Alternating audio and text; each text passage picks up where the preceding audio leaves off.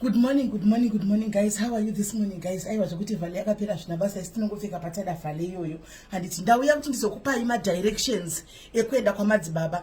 Please don't come WhatsApp and ask me about the directions. I can't answer to all of you guys. And ndikana ndiri kubasa, please do not call me. Leave a message. Kana ndapedza basa ndichazokupindura manheru. Handiti please do not call nguva dzebasa. Do not call. Mozofona manheru. Handiti manheru. Please, I beg you, don't call me, guys. Kana ndiri kubasa. Just put in your message.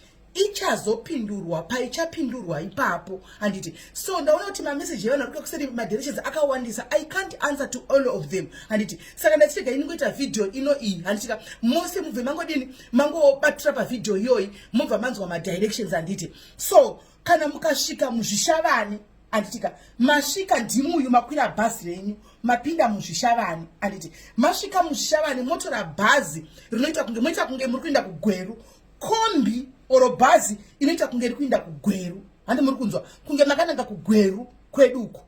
Then imi mozoburuka muvaudza vanhu vekombi kana vebhazi kuti tiburutsire iwo panonzi pamabasa 10 off. Handi muri kunzwa pamabasa 10 off.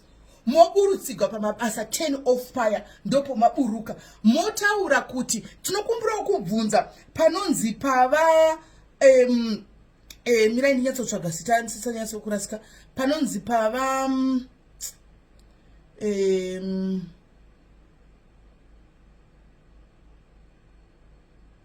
muzavazi handitika vamuzavazavasa. Motitokumbura kubvunza pavamuzavasa ndepapi handiti mboenda kwavamuzavasa. Asi vanoda kuenda nhasi avako vaenda kuchinhoi kumusangano wechechi. Saka imimi phone number hanzi ndisape vanhu phone number. Mudzimai wavo ushu wandandichitaura naye ushu. I don't know if you can see ushu.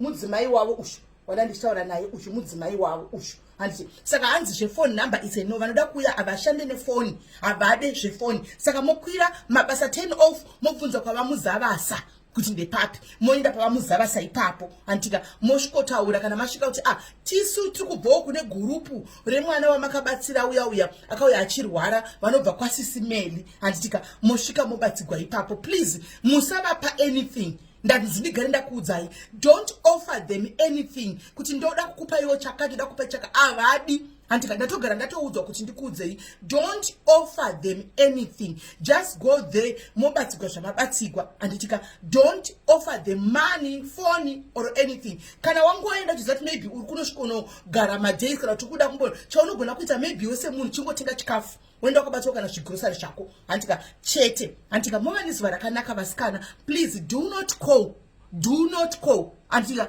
Munoisa mamessage enyu kuma WhatsApp handiti. Maisa mamessage enyu kuma WhatsApp. I wish the WhatsApp yaita kuti maadmin apinde muma WhatsApp so that I can be free. Maadmin anenge achidhila neWhatsApp sezvanoita kuma Facebook ndendi story koma admin ndo anodhila neFacebook, but unfortunately hapana. Kana kuti ndichaisa number imwe yamunenge makuita bata WhatsApp iri admin ndiyo uchidhila nemi ini kana ndasirepo andizondipa machemoto zozvidhila handitika. Please move nezuva rakanaka guys, muswera mushi.